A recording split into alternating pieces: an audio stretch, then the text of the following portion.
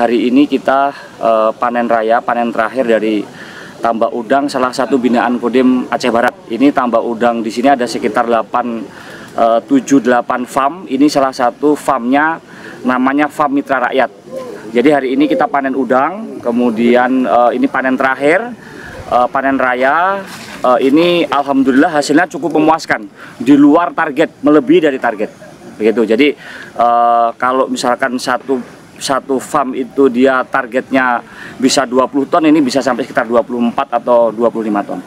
Kualitas udang cukup luar biasa, alhamdulillah. Jadi memang inilah potensinya, kita perlu sampaikan ke masyarakat, ke media, bahwa potensi laut dan pantai di Aceh ini cukup luar biasa. Jadi ini kita telah buktikan. Jadi kita dengan teknologi yang cukup sederhana, udang bisa tumbuh cukup bagus, sehingga hasilnya pun luar biasa.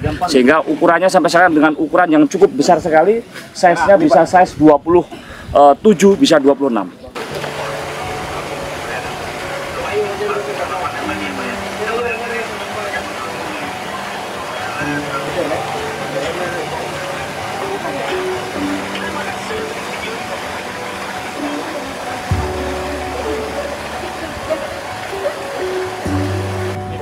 Bebas aja. Oh, di sini.